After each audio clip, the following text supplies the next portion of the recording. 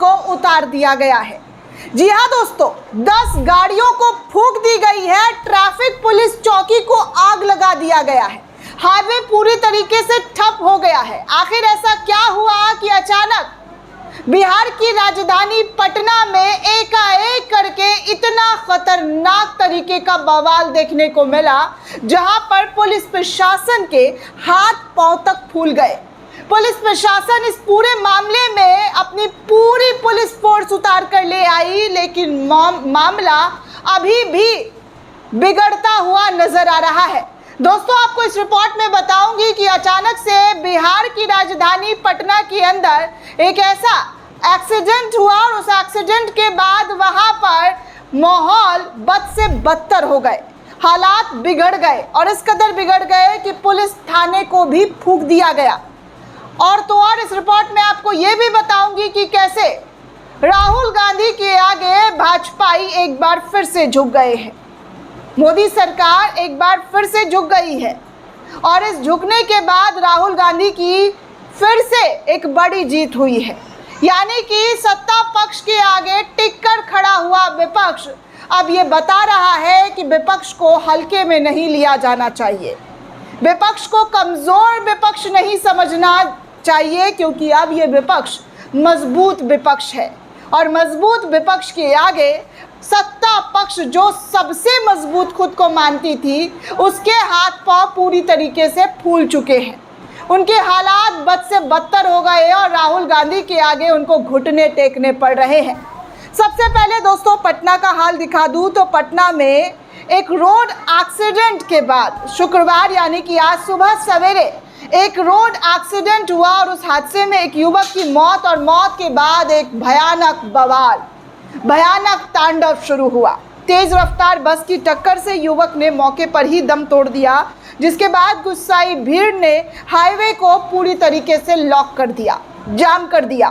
Police की 2 गाड़ियां पहुंची, एक बस और बाइक समेत करीब 10 वाहनों को आग लगा दिया गया। भीड़ ने ट्रैफिक पुलिस पोस्ट को भी आग के हवाले कर दिया और कवरेज करने आए कुछ पत्रकारों को भी मारा। आग बुझाने पहुंची फायर ब्रिगेड की गाड़ी को भी भीड़ ने आगे नहीं बढ़ने दिया।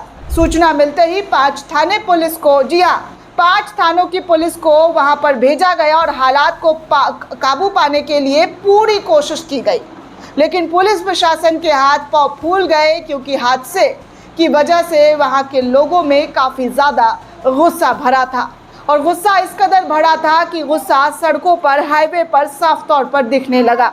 आप इन तस्वीरों को देखकर अंदाज़ा लगा सकते हैं कि इस हादसे ने कैसे तबाही मचा दी और बस तो बस, गाड़ियाँ, मोटरसाइकिल सामने आई, तमाम चीज़ों को आग के हवाले करके पूरे सड़क को, पूरे हाईवे को जाम कर लिया। भीड़ ने यात्री बस को आग के हवाले किया। बताया जा रहा है कि करीब 1 घंटे तक आग लगती रही बस, लोगों ने उसके पास किसी को नहीं जाने दिया। आपको बता दूं, एएसपी राजा किशोर सिंह ने बताया कि सड़क दुर्घटना में एक व्यक्ति की मौत के बाद, घटना के बाद लोगों ने इस तरीके से हंगामा करना शुरू कर दिया। लोगों ने सड़कें जाम की और दुर्घटना में शामिल गाड़ियों को आग के हवाले किया।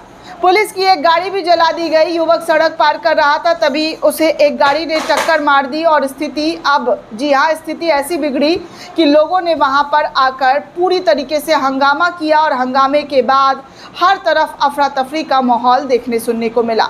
हर जगह इस खबर को प्रमुखता से छाप दी गई है। लोगों ने बताया कि एक युवक की मौत की वजह से लोगों के ऊपर जानलेवा हमला तक किया गया। पत्रकारों को भी बख्शा नहीं गया दोस्तों, जी हाँ, पत्रकारों को भी नहीं बख्शा गया। उपद्रवियों के डर से पुलिस अपना पोस्ट छोड़कर भाग गई, पुलिस थाना छोड़कर भाग गई दोस्तों, क्योंकि उपद्रवी इस कदर उपद्रव मचाने लगे कि पुलिस को अपनी जान बचानी पड़ी।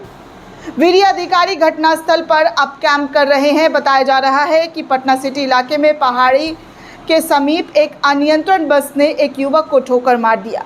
तेज रफ्तार बस की चपेट में आने से 26 साल के मनीष कुमार की मौके पर मौत हो गई और दुर्घटना की खबर मिलते ही स्थानीय लोग, परिजन मौके पर पहुंचे और बस ड्राइवर गाड़ी छोड़कर भाग गया। उसमें बैठे पैसेंजर भी बाहर निकलकर भाग गए। हादसे के प्रत्यक्षदर्शियों ने बताया कि युवक मनीष की मौत के बाद लोगों का गुस्सा उबाल मारने लगा। गुस्साए लोगों ने बस को घेर लिया और उसमें आग लगाई। स्थानीय लोगों ने बताया कि पुलिस के जवान पकड़े गए, उसके साथ भी मारपीट की गई। मतलब कुल मिलाकर अगर आप देखें तो यहाँ पर स्थिति जो है बेहद बद से बदतर देखने सुनने को मिली। जिस तरीके से पुलिस प्रशासन यहाँ पर पहुँची, उस पुलिस प्रशासन की भी बात वहाँ पर मौके पर पहुँचे लोगों के ज़रिए बिल्कुल भी नहीं सुना गया। हालांकि अब स्थिति काबू में बताई जा रही है। पुलिस प्रशासन मौके पर मौजूद है। पूरी तरीके से हर जगह पुलिस बल को खड़ा कर दिया गया है कि कोई भी किसी भी तरीके से यहाँ पर और ज़्यादा हंगामा और उपद्रवियों की तरफ से कोई भी उत्पात ना मचाया जाए, इसको लेकर पूरे इंतजामात किए गए हैं। वहीं दूसरी तरफ आपको बता दूं कि योगी मोदी सरकार अब विपक्ष के सामने डरने लगी है दोस्तों। जो योगी मोदी कभी सत्ता पक्ष का गुरूर और घमंड लेकर सर पर चला करते थे, आज वही विपक्ष के सामने घुटने टेकते हुए नजर आ रहे हैं, उनके सामने झुकते हुए नजर आ रहे हैं।